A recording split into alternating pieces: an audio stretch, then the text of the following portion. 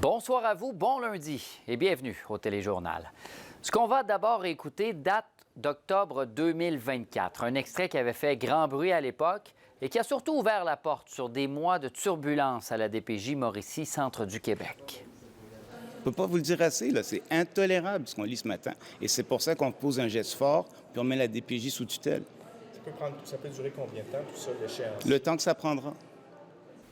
Le ministre responsable des services sociaux de l'époque, Lionel Carman, a mentionné à 4 reprises en 4 minutes qu'il place la DPJ Mauricie, centre du Québec, sous tutelle pour avoir, selon la Commission des droits de la personne et de la jeunesse, manipulé ou encore omis des informations dans des dossiers d'enfants qui ont été retirés de leur famille. On en discute ce soir avec Sophie Bernier, parce que tu as appris, Sophie, qu'il n'y a finalement jamais eu de tutelle. Ça a été un accompagnement qui a duré 3 mois. Le ministère de la Santé nous dit que l'utilisation du mot tutelle n'était pas adéquate.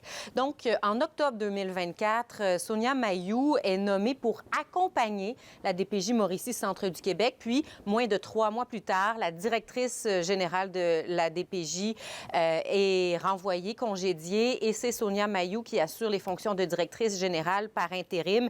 Elle avait quand même le mandat de poursuivre les opérations de redressement. Pourtant, publiquement, les informations, comme celles qui ont été dites par le ministre Carman, laissaient croire à une tutelle. Même que l'actuelle ministre de la Santé et des Services sociaux, Sonia Bélanger, lorsqu'elle est entrée en poste en novembre dernier, son équipe a demandé à la DPJ de faire le point sur la tutelle. Donc, visiblement, même l'équipe de la nouvelle ministre croyait qu'il y avait une tutelle en Mauricie, centre du Québec. La porte-parole de l'opposition officielle, elle aussi, croyait qu'il y avait une tutelle. Elle a dit qu'elle était estomaquée d'apprendre qu'il n'y en avait pas eu. Je ne peux pas croire qu'aujourd'hui, on est en train de nous dire qu'il n'y a jamais eu de tutelle puis que c'était un accompagnement de 3 mois. Moi, je me sens lésée parce qu'on nous a menti. Il y a quelqu'un qui nous a menti là-dedans, dans cette histoire.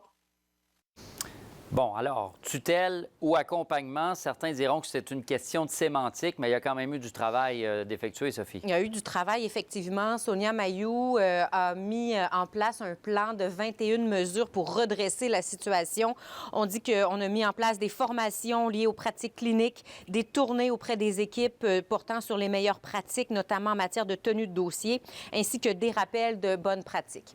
J'ai discuté avec la présidente du syndicat APTS qui représente les employés de la DPJ. Elle, ce qu'elle dit, c'est que ces nouvelles mesures n'ont pas permis de corriger le tir. Elles ont seulement ajouté de la lourdeur à la tâche des employés. Du côté du Centre d'accompagnement aux plaintes de la Mauricie, un organisme qui aide les gens qui veulent se plaindre des services reçus, on dit qu'on reçoit des plaintes pour les mêmes matières qu'il y a 1 an ou 2 ans. Peut-être un peu moins, mais la directrice générale se demande si c'est pas parce que les gens ont perdu confiance dans le système. Merci, Sophie. Je vous en prie. D'ailleurs, l'ex-ministre Carman a réagi après la publication de notre reportage aujourd'hui sur la plateforme X. Il a écrit « On utilisera le terme qu'on veut. La réalité, c'est que Mme Mailloux a été nommée à ma demande. L'ex-DPJ a été remerciée. J'avais des suivis réguliers de la situation.